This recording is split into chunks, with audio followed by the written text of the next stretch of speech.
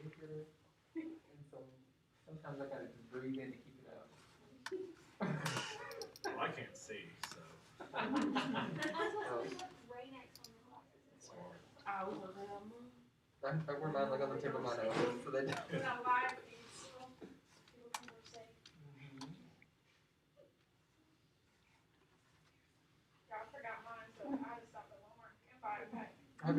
I forgot mine too. I had it in my hand. Well, I tried to spread y'all out without having y'all all the way. And exact, we live together, so you can sit close together.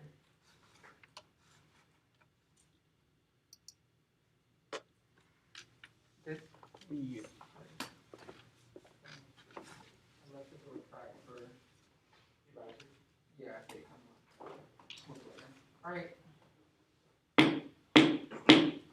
I call this meeting to order at 1:02 p.m. Vice President Hall, please call the roll.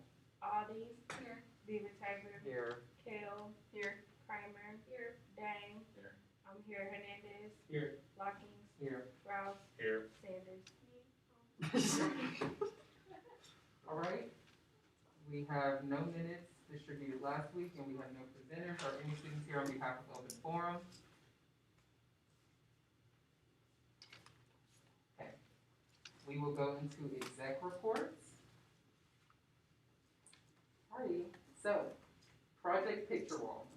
Dr. Gail Seymour, Kristen Spicker, John Sansel, Kimberly Klotz, and I are working on this sort of social media wall. We'll put like a picture of it in the minutes. It's really cool. Our advisor Gunnar gave us the idea. And so we're just working on that. We all walked around, including Vice President Kale, to look at places on campus where we could potentially put the wall. And so once you see an example of it in the minutes, you'll know what we're sort of talking about. It's really cool. Senate meetings. Me and Dr. Pastor are meeting this Thursday, and we're coming in chambers to sort of see the feasibility of us utilizing this for Senate meetings in the fall. Probably not going to happen considering we take about 50 people and there's no way to social distance in here. But we're just going to see what happens with, making people come in a certain way, use face masks, see if that would help. And if not, then Mr. Williams said he was going to assist us in finding a consistent place on campus where we can have our city meetings every week. And so during the fall, it may be somewhat of a hybrid Senate meeting, so we'll probably meet one week, not meet the next, meet one week, something of that nature. We're just going to not meet in person every single week, just sort of eliminate that problem. And dear returners, thank you all for being here. We appreciate you coming. Obviously, things are going to be a little bit different this year, but y'all are kind of our summer Senate, so you're going to be helping us with just morale and getting things up to par. It's not going to be the same as it was last year, but that doesn't mean it can't be better or, So just keep the morale up. Know that we're still going to be having a great time at UCASGA and getting things done, even if things are looking a little off. And I didn't put this in my report, but welcoming our new advisors, Frederica Sharkey, Director of Communications. Awesome, super excited to have her. Gunnar Bartlett is in development. Awesome, super glad to have him. He's going to be working with Vice President Kell a lot for the finance side of things. So, welcome them. And then, of course, we have Dr. Tarka and Ms. Shar. So, are there any questions, comments, or concerns regarding my report? Awesome. Vice President Hernandez. All right, so I'm just going to go over some of the updates of the office. So we got 4 new office workers. Our new chief of staff will be Avery Rudolph. The new office workers are Nicole Vincent, Emma Davis, and Kanal Patel. And then the hours will be changing for the office. We don't know exactly what they're going to look like yet. We just had to decrease some of the hours that the office will stay open. And then we're going to be cleaning it a lot more regularly now. After every use, we'll have to clean it. And then we're probably going to be getting rid of 2 of the computers to kind of space out between the computers, and we might add little laptop stations. And then on to retreat. mark your guys' calendars because the retreat will be September 18th through the 20th. It will be held on campus. We're not allowed to have a retreat off campus this year, and it will take place like all around campus. So just be aware of that, and we might include you guys on the session to help lead it with us. So yeah. Any questions for Vice President Hernandez? Vice President Hall? Okay, so SGA swag, I'll be passing it out after the meeting, so you'll have a white windbreaker, a polo, and a blanket, and a wristband. Yes, and so SGA composites will be October 5th at 4 p.m. right before Senate. It'll be at Old Main. And then the last thing is popsicle story, so would you please stand if you got a popsicle? And y'all can go in any order. Okay, Okay, so what would your stage name be if you were famous? And I couldn't come up with anything, so I'm gonna be Gavin Dakota Beaver Tabor Fox, because y'all won't forget it, and y'all remember me for me. My question was, if you could have $1 billion, who/what would you help in the world and why? I'd probably do like local scholarships in like the communities I've lived in, because I know that really impacted me whenever I was like a high school senior. So yeah. What do you like about your hometown? I come from Walton, Arkansas, right up the road, and I'd say that I like the mascot in the high school, who's a devil dog, who knows about it. thank y'all. Any questions for Vice President Hall? All right, Vice President Kell. All right, it's always SAFA season. So I'm just letting y'all know that the SAFA committee will probably be weighing in on how we want to do things. It'll probably be pretty normal just because there's only like 8 of us on the committee, and people only present for 10 minutes, and the time allotted for like COVID risk is 15, so we'll be fine because they're strictly timed to 10 minutes for presenting anyway. But the SAFA hearings are going to be October 20th through 22nd, and then deliberations that following week. So get ready for that if you're interested in SAFA. And then last, I have a Zagstra update. Zagstra has notified me that they are completely going out of business. So there will be no more Zagstra. They're getting rid of the bikes. They were supposed to get rid of them like 2 weeks ago. So I don't know what's happening with that, but there is another company that's contacting us. A lot of the Zagstra employees moved to a company called Motivac, and so I'll be getting in touch with Caleb Finley from the city of Conway, who helped with this project, and President Davis, but there probably won't be a bike share this school year just because of COVID, and there's no way to really keep up with the bikes and clean them properly between uses, so just letting y'all know that Zagstra would no longer be a thing this coming fall. But other than that, that's all my report. Any questions for Vice President Kell? Yes. Senator Kramer? I know you said that they're not going to do any bike sharing. I assume it's because I went out of business, but also just like can't really clean it. Are they still going to be doing like beer patrol and stuff like that? I don't know. Anybody else know? Interesting to see. We have no standing committee reports or ad hoc committee reports, and so I'll go into university committee reports. And if you have attended a university committee, you may go after I read the following through.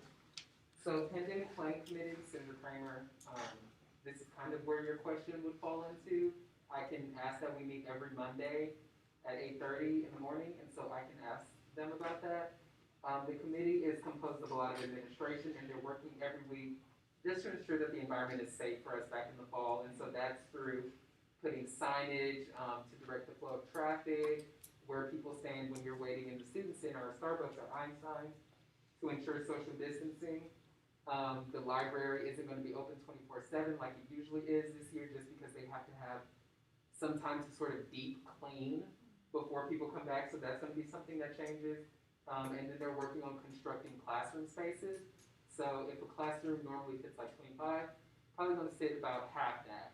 And so a lot of class space is going to be different. They may be utilizing other space on campus, such as auditoriums and places like that, just to make sure everyone's staying distant. The committee has also conducted a draft for our move-in schedule.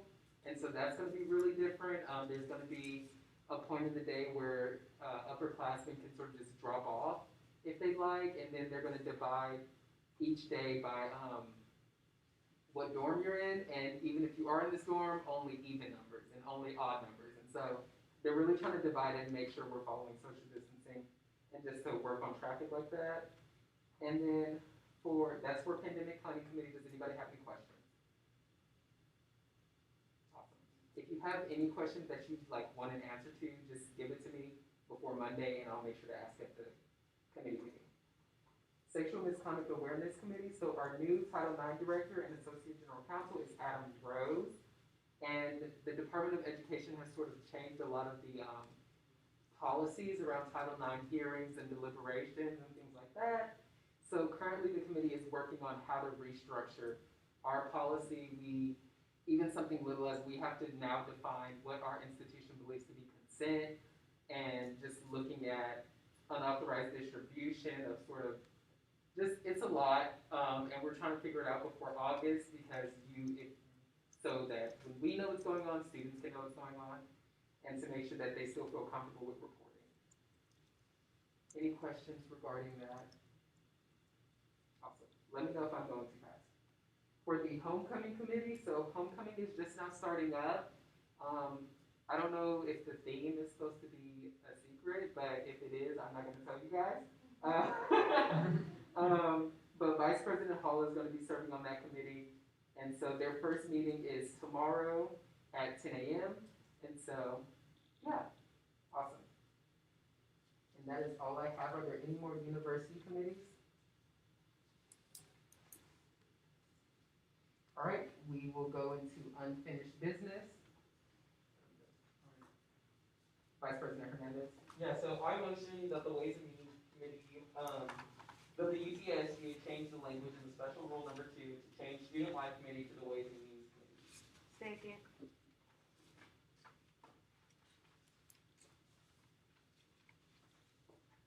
Alright, so as you can see that there's just we no longer have the Student Life Committee, and it's been absorbed by the Ways and Means Committee, so we're just trying to clarify that in the Constitution. Any more discussion on the motion? Motion to approve by unanimous consent. Second. Motion passes.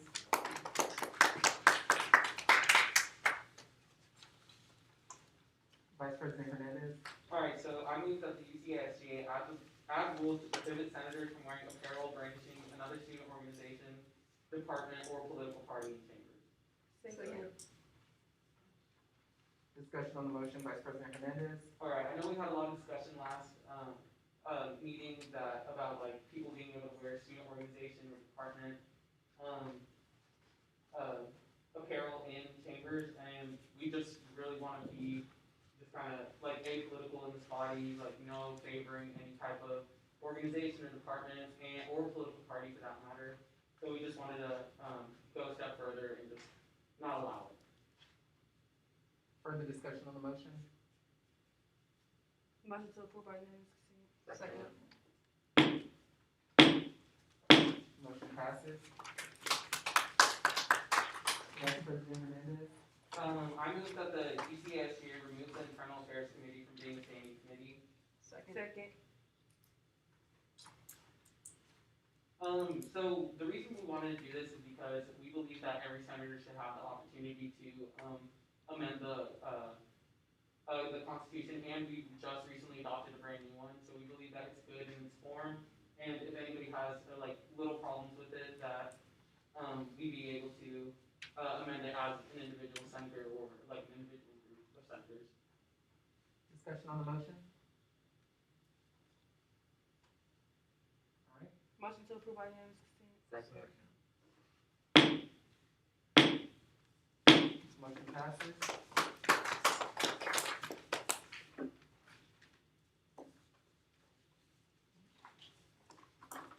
Is there any more unfinished business? Is there any new business? Vice President Kell. I move that the UCASGA adopt the Senate resolution to remove Benjamin T. Laney's name from Laney Manning Hall. Second. discussion on the motion, Vice President Kale. Okay, I'm just gonna read this to y'all. Whereas the death of Ahmaud Arbery, Breonna Taylor, Rayshard Brooks, and George Floyd have reunited conversations about our institution's commitment to correcting and recognizing racial injustices. Whereas approximately 34% of the university's student body is non-white, 18 of which are African American, according to the United States Department of Education. Whereas diversity is recognized as one of the 4 pillars of the University of Central Arkansas's core. Whereas the University of Central Arkansas's Office of Diversity website states that, quote, "We value the opportunity to work, learn, and develop in a community that embraces the diversity of individuals and ideas, including race," unquote, according to its mission. Whereas Governor Benjamin T. Laney, a namesake of Laney Mannion Hall, is antithetical to the mission of diversity and inclusion at the University of Central Arkansas. Whereas Governor Laney was a frequent opponent of civil rights and anti-segregation legislation, according to the Arkansas Gazette, February 3rd and 5th, 1948. Whereas Governor Laney opposed progressive federal initiatives to outlaw lynching and the poll tax, according to the Central Arkansas Library System's Encyclopedia of Arkansas. Whereas Governor Laney worked to prevent desegregation in professional and higher education programs, according to the Central Arkansas Library System's Encyclopedia of Arkansas. Whereas Governor Laney tarred President Harry Truman's civil rights proposals as, quote, "flavored with communism," unquote, according to the Arkansas Gazette, February 6, 1948. Whereas Governor Laney believed that the president's aforementioned proposals a betrayal of the South in Arkansas, according to the Arkansas Gazette, February 8, 1948. Whereas Governor Laney was so opposed to President Truman's civil rights proposals that he was a leader in the segregationist Dixiecrat movement of 1948, according to the Arkansas Gazette, May 10th and 11th, 1948. Whereas Governor Laney was briefly considered the presidential nominee of the short-lived Dixiecrat Party in 1948, according to historian Joseph Crespino. Whereas the state of Arkansas unveiled the Little Rock 9 Memorial in 2005 in an effort to atone for the transgressions of segregation and white supremacy. Whereas the Student Government Association passed a resolution in support of the removal of Laney's name from Laney Mannion Hall in 2019. Therefore, be it resolved that the Student Government Association of the University of Central Arkansas strongly urges the university's leadership to remove Governor Benjamin T. Laney's name from Laney Mannion Hall in order to better commit to the university to diversity.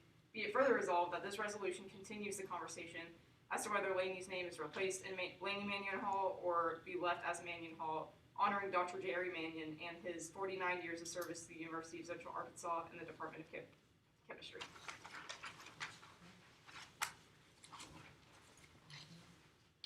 That basically explained it. So. Further discussion on the motion? Senator Kramer? I have a friendly amendment on the 4th, whereas, after mission, it should be a semicolon, I believe. Are there any objections? And then another one, or the second page, the 4th one down, says Governor Lee was so opposed to President Truman's civil rights proposals that he was a leader. That just sounds a little confusing. I would change was to became.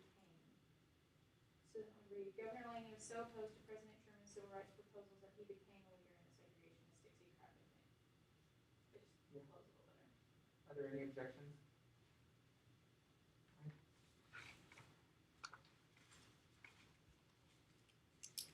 Further discussion on the motion?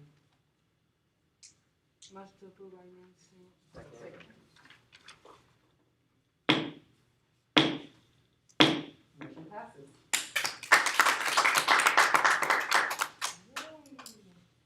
Is there any more new business?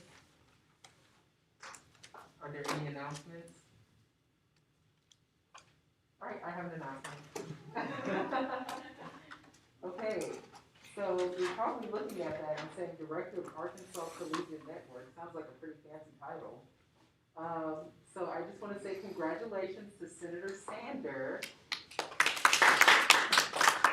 for her appointment as the director of the Arkansas Collegiate Network. She is, the first student to ever lead a statewide coalition sort of battling the opioid epidemic. And she's our senator. She goes to UCA and she's in charge. So congrats, thank you. Appreciate it.